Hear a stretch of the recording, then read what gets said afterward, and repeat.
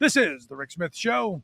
Thanks so much for being here. Hope you had a wonderful holiday season, a Merry Christmas, a Happy New Year, all of that stuff, all of the things that we celebrate, all of the things that pull us together, all of us who give us all those things that give us a reason to wake up and go to work tomorrow.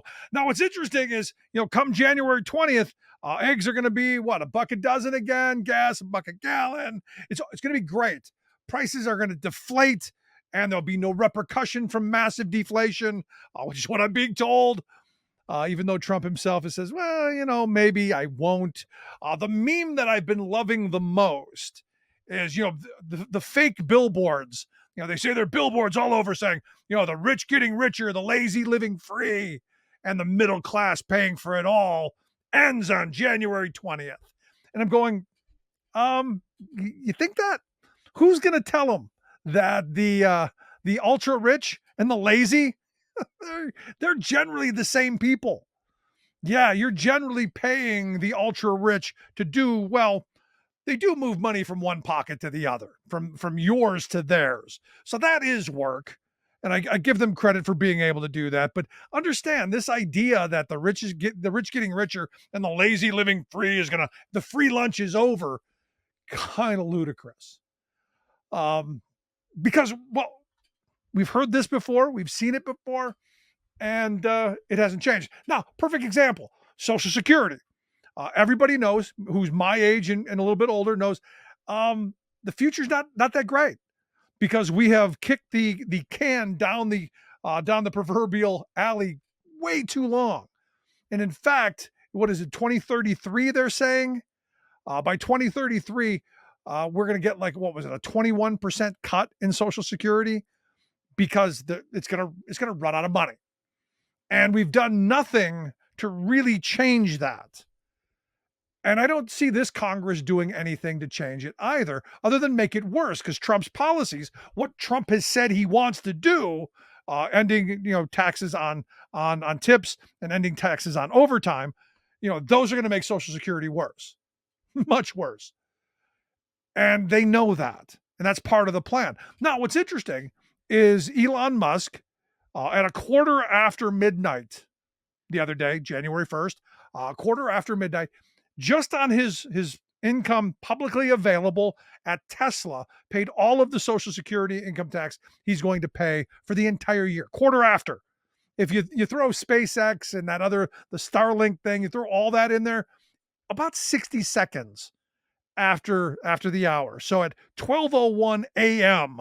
on January 1st, he's going to pay everything he will pay into Social Security for the entire year. That's it. That 1 minute. Now, you, me, other working people, we're going to spend every day of the year working, paying into the fund. The Forbes magazine came out and said there are about 229 people right now who earn above $50 million a year, who basically, on the first few minutes, few hours of the year, have paid everything they're going to pay for the entire year. And they say, look, the fact of the matter is, 94% of workers, some 164 million, they're going to pay taxes to Social Security all year long.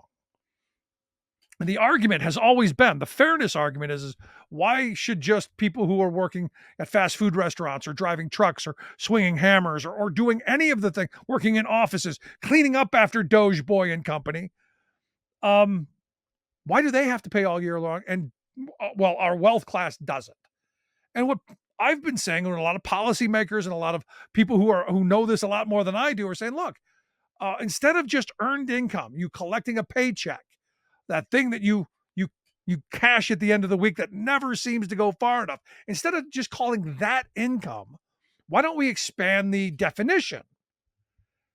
Scrap the cap, say, sorry, Elon, you can afford it.